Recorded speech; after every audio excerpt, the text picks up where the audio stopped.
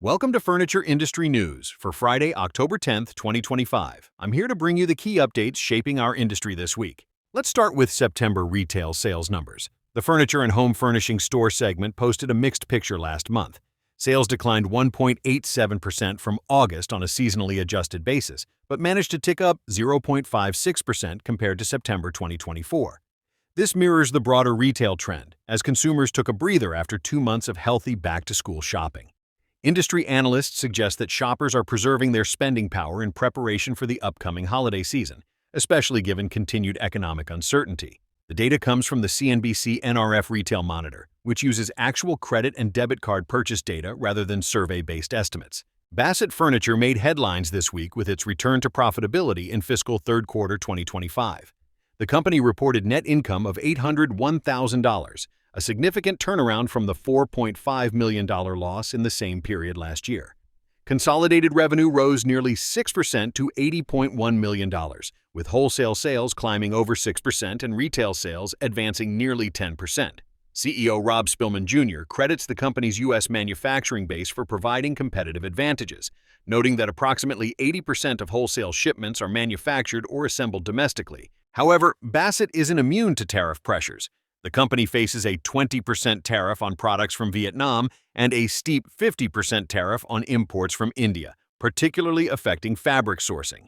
Spillman explained that one half of their fabrics previously came from China, forcing them to discontinue fabric lines and reintroduce alternatives, an expensive and chaotic process involving new swatches and inventory adjustments. The company implemented a retail price increase in July to partially offset these pressures. More broadly, new tariffs affecting the furniture industry are taking effect next week, including a 25% import tax on upholstered furniture, kitchen cabinets, and bathroom vanities produced outside the U.S. While some domestic manufacturers may benefit from increased demand, industry leaders express concerns about long-term instability.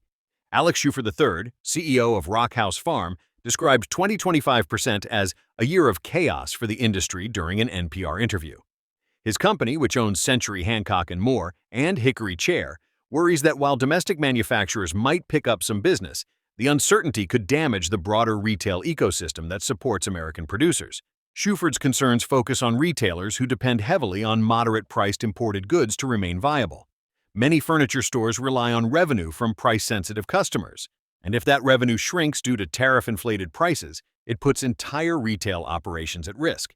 This creates a domino effect since domestic manufacturers like his depend on those retail outlets for distribution. The tariff uncertainty is having global supply chain effects as well. Container shipping rates have fallen for 17 consecutive weeks, with the World Container Index now at its lowest point since January 2024. Some China to U.S. routes are seeing spot rates down over 50% compared to last fall. The Shanghai-Los Angeles route has dropped 57% year over year, while Shanghai-New York is down 45%. This volatility stems from companies building up inventory in anticipation of tariff hikes. But as those stockpiles deplete, the inflationary impacts of tariffs are expected to become more visible. Looking ahead, the Global Port Tracker report from the National Retail Federation outlines why import volumes are likely to remain depressed. 3 key factors are at play. Retailers already pulled forward holiday merchandise to avoid additional tariffs, new tariffs are taking effect this week, and a major tariff increase on Chinese imports is scheduled for November 10th unless a deal is reached. The report forecasts that monthly cargo volumes will fall below 2 million containers for the remainder of 2025. Companies are adapting their strategies in response to these challenges. Lovesac is implementing a 4-point action plan to mitigate tariff impacts, including exiting China production entirely by year-end and shifting to lower tariff countries like Vietnam, Malaysia, and Indonesia.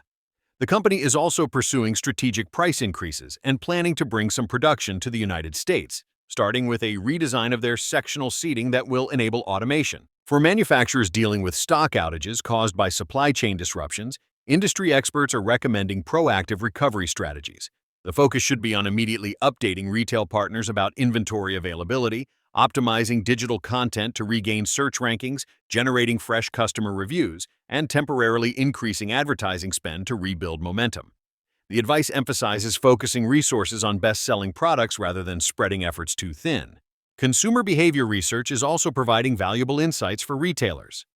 Recent Consumer Insights Now data shows that 72% of furniture shoppers prefer shopping in-store versus online, though younger consumers are more likely to prefer digital channels.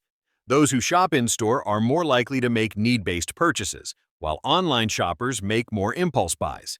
In-store shoppers value the ability to see, touch, and test furniture, while online shoppers appreciate the wider selection and reasonable pricing.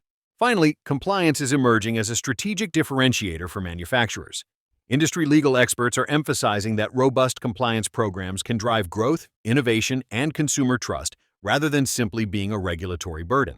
With increasing complexity around chemical regulations, safety standards, labeling requirements, and sustainability mandates, companies that embed compliance into their culture and operations gain competitive advantages through improved product quality, stronger supplier relationships, and faster market response capabilities. The message for our industry is clear. While challenges from tariffs, supply chain disruption, and regulatory complexity continue, companies that approach these issues strategically and proactively are finding ways to not just survive but thrive in this environment. That wraps up this week's key developments. If you found this update valuable, please consider subscribing to stay current with all the latest furniture industry news. Thanks for listening.